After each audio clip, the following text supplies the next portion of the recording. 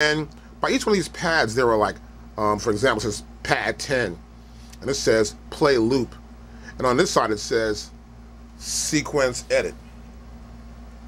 These pads are not just pads for the drum machine, but they're also used as pads in conjunction with this mode button. You press the mode button, and then you're able to pick any mode you want to pick. You'll say, okay, I'm going to use this MIDI sync mode. Well, the words are right over here in gold. You press it, and you're in MIDI sync mode. So the pads are a unique way we can use the pads, not just for making up our drum beat and assigning samples in our program, but also these pads are used for numeric values, also to go to certain pages and certain modes, and a great way for us to get around on our MPC 500. We also have our data wheel. This is our data wheel right here.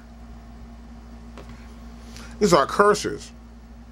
We can go back and forth. I'll go back to sequence, for example, and I can move the cursor, moves the little cursor here on the screen that you see that blinks back and forth, that little, see that part there? Right, blinks back and forth. We move the cursor around on our screen. So when we get to a point that it blinks and stays there, we can actually change that parameter. It may be bars, maybe just beats. We can change the tempo. So we move our cursor around, and it depends on what page we've selected here in our main window. Next, we have our full level button. That's right here. That's our full level. Click that button, and everything's at full level. And a little light lights up right there, as you can see. I'll turn it off, no light. Next, we have our 12 levels button. That's a really unique feature where we can select the sound, pick a sound in this machine, and we'll say we want that sound to have different pitches. We set it for tuning, we press yes.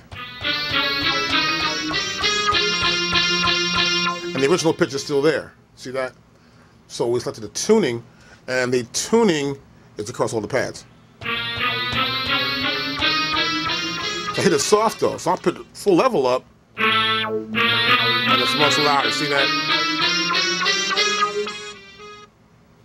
So I'll turn it off there and turn this off here. Once I turn that off, I'm back to where it's supposed to be at. Now these are also our pad bank buttons. Now the same sounds you're hearing right now, the sounds that come with our MPC 500. Now we've got bank A, B, C, and D. So that means in A, we could have 12 sounds. Pick B, now we have 12 more sounds. C, we got 12 sounds. D, we have 12 sounds. So possible of 12 sounds for each bank. So in all, we can have 48 sounds. 12, 12, 12, and 12, which is A, B, C, D. And of course, we got our banks there, which is A, B, C, and D, which you can see much more clearly right here. Now, we also have our tap tempo, note repeat, our track mute.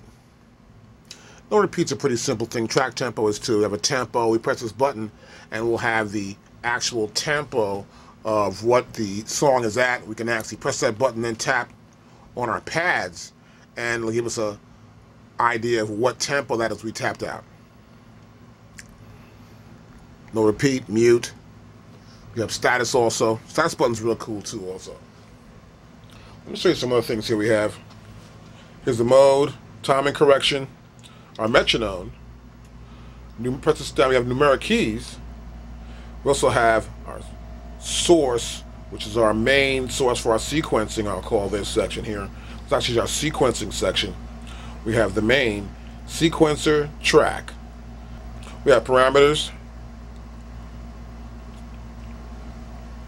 We have erase and load, shift. So our locate buttons to go back and forth in a sequence or to an event. We have play start, record, overdub, stop, play.